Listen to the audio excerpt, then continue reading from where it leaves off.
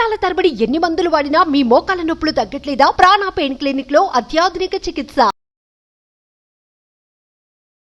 నమస్తే, welcome to Suman TV. ప్రస్తుతం మనతో పాటు ఉన్నారు ఐపీఎస్ ఆఫీసర్ రెడ్డన్న గారు. నమస్తే సార్. నమస్కారం అండి.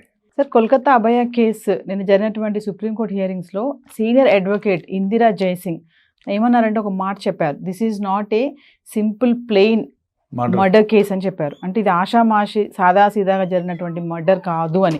దీన్ని ఎలా చూడొచ్చు అంటారు సార్? ఎందుకంటే ఆమె ఎన్జిఓ రన్ చేస్తుంది, చాలా గొప్ప వ్యక్తి ఆమె. దాదాపు 85 ఏళ్ల మహిళ, బాంబేలో పుట్టారు.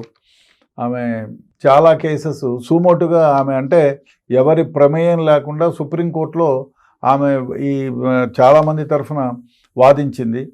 ఆమె మనకు భోపాల్ దుర్ఘటనలో కొన్ని వేల మంది చనిపోయారు కదా, దాంట్లో కూడా ఆమె సుమోటుగా తీసుకొని వాదించింది ఆమె. అదేవిధంగా జనరల్ బయాస్డ్ అగెనెస్ట్ ఉమెన్, అదే కాకుండా క్రైమ్ అగెనెస్ట్ ఉమెన్, దీనిపైన ఇండివిజువల్గా ఫైట్ చేస్తుంది. She's running a NGO. She's running a NGO for women, weaker sections కోసం, ఉమెన్ కోసము ఆమె పెద్ద ఎత్తున ప్రయత్నం చేస్తూ ఉంది. అదేవిధంగా ఆమె మాటకు విలువ ఉంది. ఎందుకంటే she's an activist, national activist, national women activist. So ఆమె ఎక్కడైతే అన్యాయం జరుగుతుందో, ఎక్కడైతే చట్టంలో లోపాలు ఉన్నాయో, చట్టం ఎక్కడైతే సరిగా పనిచేయలేదు, అదేవిధంగా బాంబేలో స్టూడెంట్స్కి అకామిడేషన్ పైన కూడా పెద్దగా ఆమె హైకోర్టులో, సుప్రీంకోర్టులో పోరాడింది, గవర్నమెంట్తో కూడా పోరాడింది. అదేవిధంగా పంజాబ్లో జరిగిన వైలెన్సెస్ ఏమైతే ఉన్నాయో దానిపైన కూడా పెద్దగా పోరాడింది ఆమె. Very great women. అంటే ఆమె ఆర్గనైజేషన్ మీద కొన్ని అవకతవకలు జరుగుతున్నాయి, నేషనల్ వైడ్ వేరే ఇతర దేశాల నుంచి ఫండింగ్ వస్తుంది, దాన్ని సీజ్ చేయాలని పిటిషన్లు అవి పెడుతున్నారు. కానీ but she is a women activist. ఎక్కడైతే అన్యాయం జరుగుతుందో ఆమె అక్కడ ముందుంటుంది. సుప్రీంకోర్టులో తనంతకు తానుగా ఏ ఫీజు లేకుండా ఆర్గనైజేషన్ తరఫున వాదిస్తుందేమే.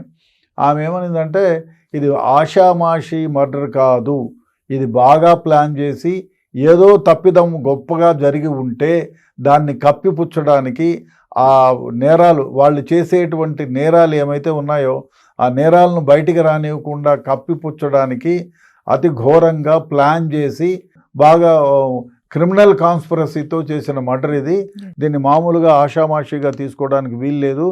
దీంట్లో ఉండేటువంటి ప్రతి సాక్ష్యాన్ని క్షుణ్ణంగా పరిశీలించాలా. అదేవిధంగా ఇన్వెస్టిగేషన్లో ఏమైతే పోలీస్ స్టేషన్లో ఫస్ట్ ప్రాథమికంగా జరిగినటువంటి ఇన్వెస్టిగేషన్లో లోపాలు ఏమైతే ఉన్నాయో దానిలో అన్నింటిని కూడా సరిదిద్దాలా. ఇంతవరకు ఈ కేసులో చాలా లోపాలు జరిగాయి. అదేవిధంగా అక్కడున్న లేడీస్కి సరైన రక్షణ లేదు, సరైన సౌకర్యాలు లేవు, అందువల్లనే ఇదంతా జరిగిందని చెప్పి ఆమె సుప్రీంకోర్టులో తన వాదనను వినిపించింది.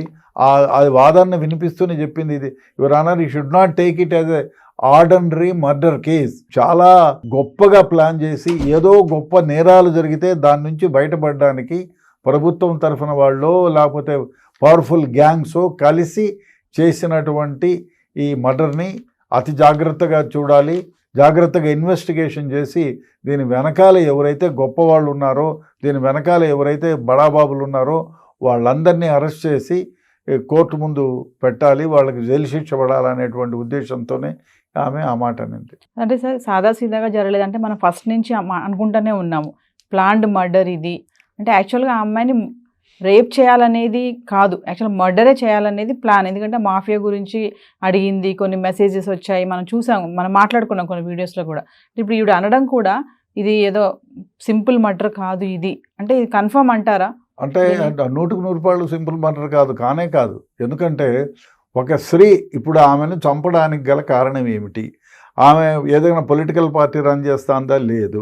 పోనీ ఆమె ఏదైనా డబ్బులు తీసుకొని సరిగా చేయటం లేదు, ఎవరినన్నా చంపేపించిందో ఏదైనా చేస్తే అట్లా ఉంటుంది కాదు. ఆమె she's a trainee doctor, she's doing her job. So trainee doctor ఏమంటే ఆ హాస్పిటల్లో జరిగేటువంటి అవకతవకల్ని ఈమె గమనించింది. తన ముందు జరిగే ఈ అవకతవకల్ని ఏ ఫ్రెండ్ ద్వారానో షేర్ చేసుకుంది. దీనిపైన గళం విప్పుతూ ఉంది. సో ఈ గళం విప్పితే ఎవరికైతే ప్రమాదం ఉంటుందో, ఇప్పుడు ఆర్జేకర్ ప్రిన్సిపల్ మీద ఏదో అవకతవకలు చేశాడు, అందువల్లనే ఆమె ఈ ఆర్జేకర్ ప్రిన్సిపల్ ఎవరైతే ఉన్నారో మెడికల్ కాలేజ్ ప్రిన్సిపల్, వాడి మెసేజ్లు చాలా డిలీట్ చేశారు. ఈ అమ్మాయి గురించేనా అంటే ఆ అమ్మాయిని గురించే చాలా మెసేజ్, లేడీస్ని గురించే చాలా మెసేజ్లు ఉన్నాయి, ఆ అమ్మాయిని గురించే చాలా మెసేజ్లు ఉన్నాయి, అవన్నీ కూడా డిలీట్ చేశాడు. Especially on the 8th and 9th. అదేవిధంగా ఎమ్మెల్యేకి మిగతా వాళ్ళకు కూడా వాడు మెసేజ్లు పెట్టాడు ఆ ప్రిన్సిపల్. సో ఆయన అదేవిధంగా ఆయన ఇంట్లో చాలా రికార్డ్స్ దొరికాయి. హాస్పిటల్లో ఉండాల్సినటువంటి చాలా రికార్డులు ఆయన ఇంట్లో దొరికాయి. అదే శాంక్షన్ లెటర్స్ దగ్గర నుంచి మెడికల్ ఫార్మసీలకు పంపించిన ఆర్డర్ల దగ్గర నుంచి కానీ ప్రతి ఒక్కటి ఆయన ఇంట్లో దొరికాయి. అది హాస్పిటల్లో ఉండాల్సినవి, సీక్రెట్ల హాస్పిటల్ కస్టడీలో ఉండాల్సినవన్నీ ఆయన ఇంట్లో ఉన్నాయి. అదేవిధంగా కొన్ని క్యాష్ ట్రాన్సాక్షన్స్ ఆయన ఇంట్లో క్యాష్ దొరికింది. అదేవిధంగా అకౌంట్ ఫార్ కానీ మనీ చాలా దొరికింది.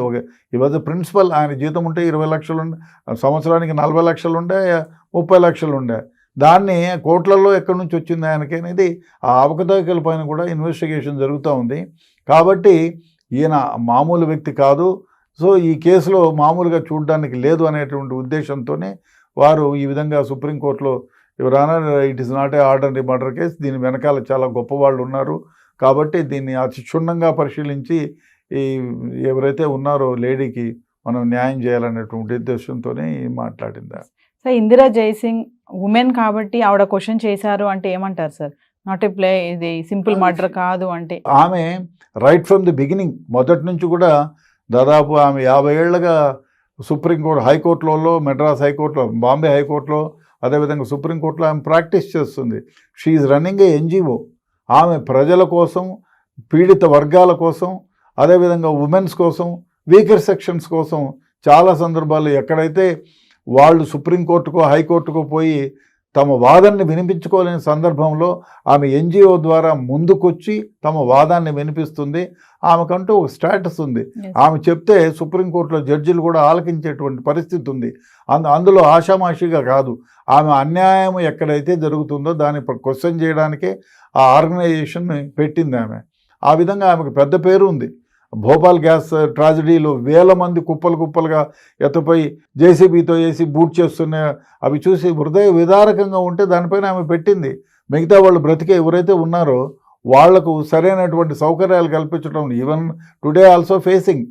సో దానిపైన కూడా ఆమె బాంబే స్టూడెంట్స్ విషయంలో కానీ, ఉమెన్ అట్రాసిటీస్ పైన కానీ ఆమె ఆర్గనైజేషన్ ఎన్జిఓ ద్వారా చాలా కేసెస్ ఫైల్ చేసింది ఆమె. She's a good lady. So అందువల్లే ఆమె ఈ కేసును క్షుణ్ణంగా ఫాలో అయ్యి చెప్తా ఉంది, ఇది మామూలు మర్డర్ కాదు, ఇట్స్ వెరీ సెన్సేషనల్ మర్డర్, దీన్ని ఈ విధంగా తీసుకోవడానికి లేదు అని చెప్పి సుప్రీంకోర్టు వారికి విన్నవించింది. Thank you.